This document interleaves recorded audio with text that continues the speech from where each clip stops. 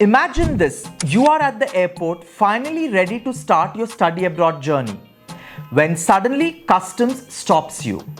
They open your bag and pull out that homemade pickle jar your mom insisted you pack.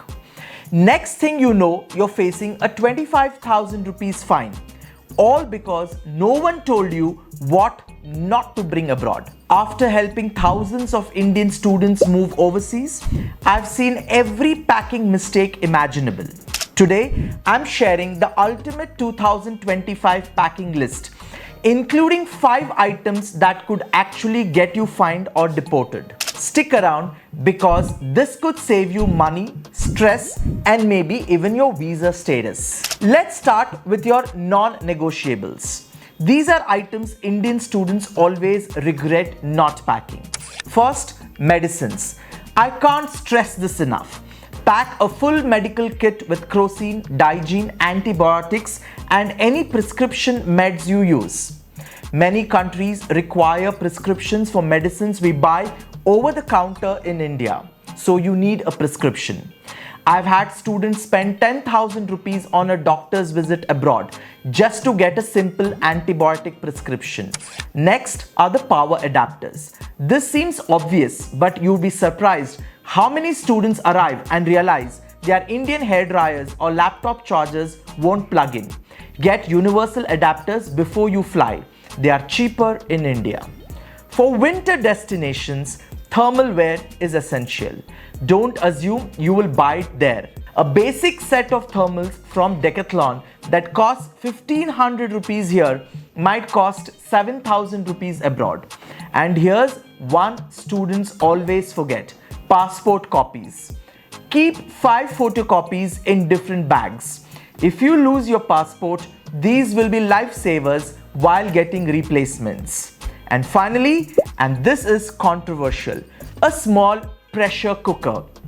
Yes, it's heavy, but instant pots cost 25,000 rupees in Canada. Your future self will thank you when craving homemade dal. Now let's talk country-specific must-haves.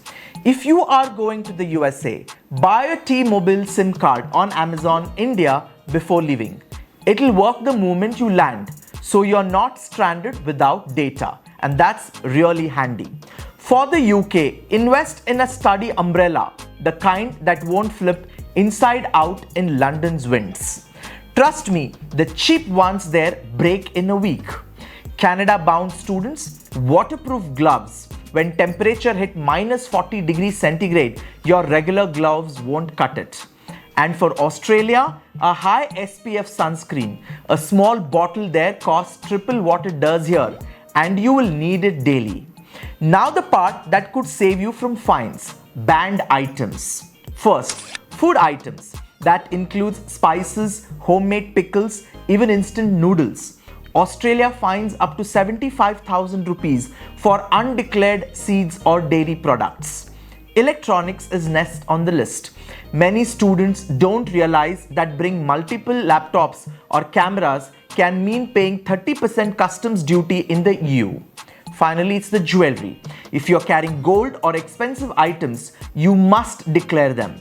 I've seen sentimental family jewelry get confiscated at airports. Medicines is the next thing. Certain common Indian medicines containing codeine are illegal in places like the UAE and can lead to arrest. And surprisingly, too many clothes as well. Airlines charge 15,000 rupees plus for overweight bags. It's cheaper to ship extra items via the cargo. Here are some game-changing packing hacks. Roll your clothes instead of folding. You will fit 30% more. Use vacuum bags for winter clothes. They reduce bulk by half. Pack socks inside the shoes to save space. And here's a freebie. Most airlines like Emirates and Qatar offer 10 kg extra baggage allowance for students. Just show your admission letter. There you have it, the ultimate 2025 packing guide that'll save you money and stress. Now I want to hear from you. What's the weirdest thing you've packed or seen someone pack abroad? Let me know in the comments. I'll tell you if it's genius or could get you in trouble.